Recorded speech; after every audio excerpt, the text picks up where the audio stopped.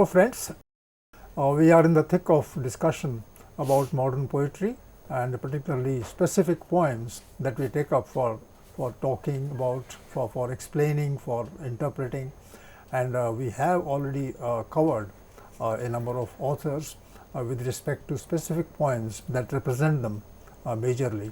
And today's topic or the author is Ezra Pound, who belonged to the 20th century, early 20th century. He had some roots in the 19th century also, and he was, in the opinion of some people, a European genius than just an English one. And he is known also for his editing skills. He edited even T.S. Eliot's Wasteland, as all of us know. It was a long poem, it was cut short by more than half, and then it was available to us in that form all through. Now of course both the versions are available, and he is a difficult poet. He is a difficult editor, he is a difficult thinker, and he is also a difficult poet, and for that reason I requested Professor Payal Nagpal, who teaches English in Janki Devi Memorial College, Delhi University, and I requested her to take it up as a challenge, and I'm sure she will do justice to it, because such authors require competent scholars like Professor Payal Nagpal. And I don't have much to say about this poet except that his editing is almost threatening, and he was a man of many parts. He was a scholar, he was a thinker, he was a skilled writer. He used the language very well, and he knew how to take away the unnecessary portions of language from the sentence and present that sentence in a chiseled manner. So all these things are there, and how difficult he is and how lucid Professor Payal Nagpal can make him is for us to see. I'm sure he will be easily available to us, because she has already dealt with some of the difficult topics like Samuel Beckett as a writer and poet. So I request Professor Payal Nagpal to just talk about Ezra Pound and tell us what he stands for, and of course she can pick up some poem or a part of a poem to present as a kind of example. So it's over to you, Professor Payal Nagpal. Thank you, Professor Prakash, and as you very rightly set the stage that this is indeed a very difficult poet, and as you rightly put it, a European genius, because the whole connection from America to England to Paris, Italy, and so on. So certainly Pound is a European genius, but his poetry is very interesting, because it also he's a modernist poet, and an understanding of his poetry helps us understand the modernist period. So he's of course associated with two very important movements. One is Imagism and the other is Vorticism. So this is a photograph of Pound from 1913, and to just give a brief overview of his life, very brief overview, so that we understand the movement that he charts actually in moving to different places, and the way he is really speaking in the thick of the literary circle of the time. So he was born in 1885 in Idaho, and he's of course known for works like Riposte, Hugh Selwyn Mobile, which is a very long poem. It's got 18 poems packed in one, and is in two parts, and this is the poem that we'll be discussing today. Then of course there is the very long, I think almost 800 page, the cantos, and there are several short poems that very brief ones that tell us a lot about his understanding of Imagism. So how he felt that language has to present something that is very sharp and clear and precise. In terms of his education, he studied in the University of Pennsylvania and moved to London in 1908, and this is the time that his first collection comes out, Lume Spento, and then this is followed by Quinzane for this Yule in 1908 again, and Personne. In 1914, he marries the daughter of the writer Olivia Shakespeare, and he marries Dorothea Shakespeare, and he is specifically to be credited for introducing two very important writers, especially of course T.S. Eliot in that sense, because he serializes Joyce's A Portrait of the Artist as a Young Man and T.S. Eliot's Love Song of J. Alfred Prufrock. In talking about the London literary circle, you know, he's in contact with people like Shaw, Flint, Hume. He also meets Yeats. He writes to William Carlos Williams. So his understanding in that sense is, I think, the key was given pretty much by Professor Prakash when he called him a European genius. 1913, he goes on to become the literary editor of The Egoist, and also brings out what is the first anthology of the Imagist movement, and this is published in 1914 with contributions by, of course, Pound, and then there's Richard Allington and H.D. So there is, you know, a kind of direct treatment of the subject, a kind of rhythmical composition also is something that he looks at later. Now, in 1920, he leaves England and he moves to Paris, and this is the time, and the First World War has already taken place. This is the time that he writes this very long poem called Hugh Selwyn Mobile.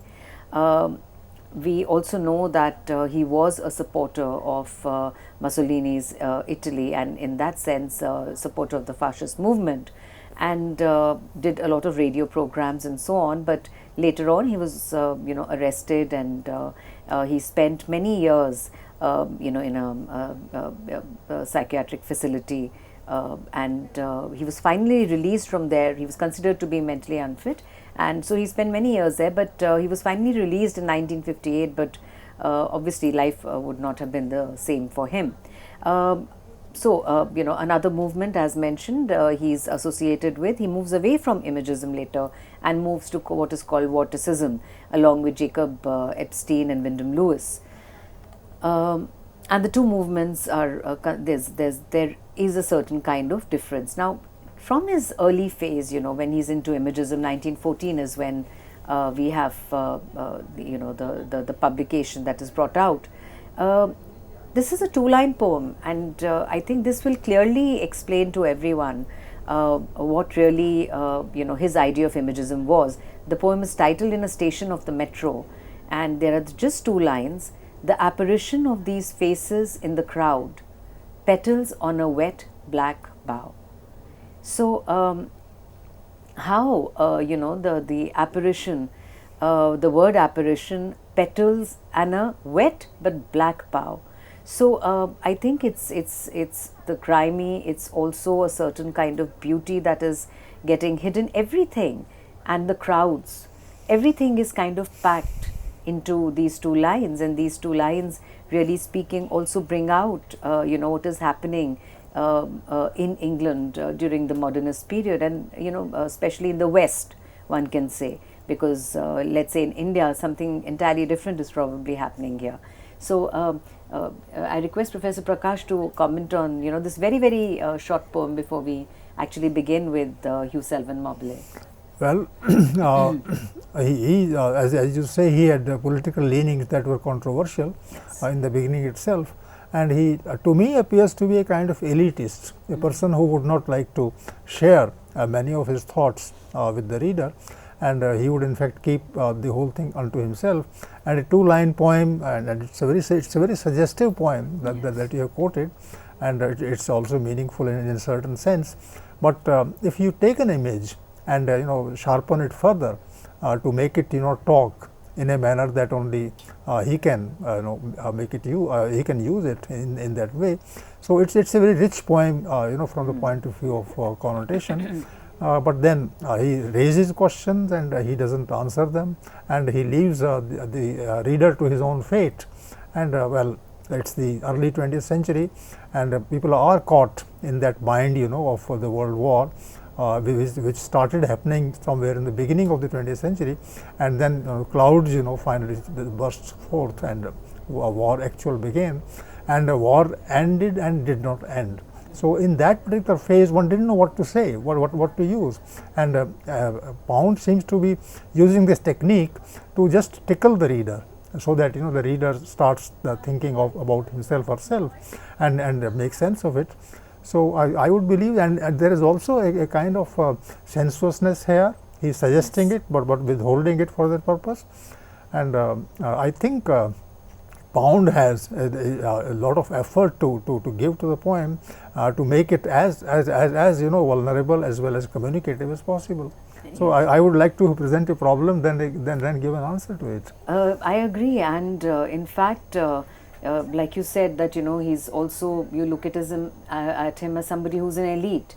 So he keeps the reader kind of bound in a kind of literary loop, because there are so many references, and so many references to references from the medieval period, the classics from the ancient period. So it's almost as if to really, and he also uses different languages within the same poem at times. So to actually unpack it, to decode the poem, and to actually go through it line by line becomes an arduous task.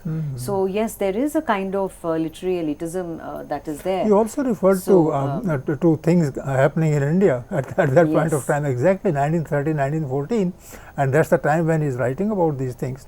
So he has nothing much to say, and he has a lot to suggest. Whereas in India, people are groaning in pain, and they are at that point of time just trying to find a way and the ways of struggle. But for this writer, that there is a way to hide things from the rest of the people. And also, I think this period, one of the biggest, I think their asset is also their shortcoming. The modernist writers, that they pay so much attention to the wrapping everything in language in such a way that it becomes a challenge to the reader, that using literature to communicate ideas, using literature to reach out to the reader, that itself becomes a task. There is another thing that you mentioned, vorticism. So would you like to explain vorticism for the benefit of the viewers here? So again, these are different movements. In fact, we'd already discussed vorticism. So where we actually look at imagism, where there is, it's a static picture, and the picture is converted in that sense into a poem. With vorticism, the movement is there, and a certain kind of kinesis is there. Sculpture is the basis on which the movement is kind of built up. So there's a kind of shaping that takes place, and like the vortex, there is a central idea to it, and everything moves around that central idea. So it's almost as if a lot of images are kind of circulating and conveying the same idea in different ways, which is why also the idea of the literary loop that I was talking about. So that's fascinating, that he picks up an idea and then puts meaning into it, which you call the vortex, and that the idea or the ideas that are generated by his pushing things into the poem, that become meaningful in a very rich manner. So I think it's a good idea to understand Pound this way, that he maybe using a cluster of images and then making those images connect with one another, and then something new is formed just in the mind of the reader. Yes, and it's also very insightful actually to read his poetry, because it tells us a lot about the way in which Pound was reacting, because I think one has always tried to understand Pound in terms of the sheer aesthetics. But today I think we'll discuss Pound's Hugh Selwyn Mobile in the context of the ideas that he's bringing out, because otherwise one will probably get lost in the entangle of the many differences that are there. And in fact, if one looks at it in terms of ideas, it almost makes you want to change your opinion about Pound. So here is just to have an overview of his early poetry, just a few more lines from two poems that go together. There is the garret and there's the garden. So just come, let us pity those who are better off than we are. Come, my friend, and remember that the rich have butlers and no friends, and we have friends and no butlers. Come, let us pity the married and the unmarried, he says. So then there is another poem which is titled The Garden. So like a skein of loose silk blown against a wall, she walks by the railing of a path in Kensington Garden, and she's dying piecemeal of a sort of emotional amnesia. But the important part comes now, that there is around a rabble of the filthy, sturdy, unlikable infants of the very poor. They shall inherit the earth. And here he is of course being extremely sarcastic in the biblical reference of the meek shall inherit the earth. They shall inherit the earth. In her is the end of breeding. her boredom is exquisite and excessive. So actually these are very straight. This is early poetry by Pound and very, very straightforward. So it's also easier to understand, and one can see that, you know, it's easy to read between the lines that Pound is very critical of the divisions that are there in society. It's sad that, you know, he actually ends up being an elitist himself, but he's very critical actually of you know, the elite, so to say. Similarly, when we come to a poem like Hugh Selwyn Mauboussin that we will be discussing, it's a poem that's written in, it has 18 different poems, and it's divided into two sections. The first section carries 12 poems. It concludes with a poem that's titled Envoy, which is written in 1919. And then, you know, there are 5 other poems that are part of the second section, which is titled Mauboussin. So, and the first section is titled EP, Ode for the Choice of His Grave or Tomb or Sepulchre, as it's given in the original. So, EP is the protagonist of section 1, whereas Mauboussin is the protagonist of section 2. So, EP is it Ezra Pound, and there is a huge discussion about, you know, the relationship between Pound and EP. And it's important here that Pound actually, you know, creates a distance between himself and his protagonist. So it would be, you know, a mistake to actually look at EP as Pound, and there's a reason why he's, you know, he doesn't term it as Pound but says EP. And the second section is titled Mauboussin. So, in the first section, we see London, and this particular poem is important because it's considered his statement of farewell to London, that it is after this that he leaves London. And the important part here is that this poem is written pretty much after the First World War. So his disillusionment with what he sees around and what he sees a kind of, you know, usury or a kind of financial capitalism that he sees around him, that completely disillusions him and he leaves London. But it is unfortunate that he seems to think that it is in fascist Italy that he is going to kind of find the answers. So, he is very critical of both the social and the literary scenario in London. It's not just, you know, one thinks that probably with Pound he's not critical of the society, or is just kind of, you know, introducing these allusions. That would not be the complete picture. The poem tells us very clearly that he's very, very critical of the London scene, but he's also critical of the way in which aesthetics was shaping up in London at that time.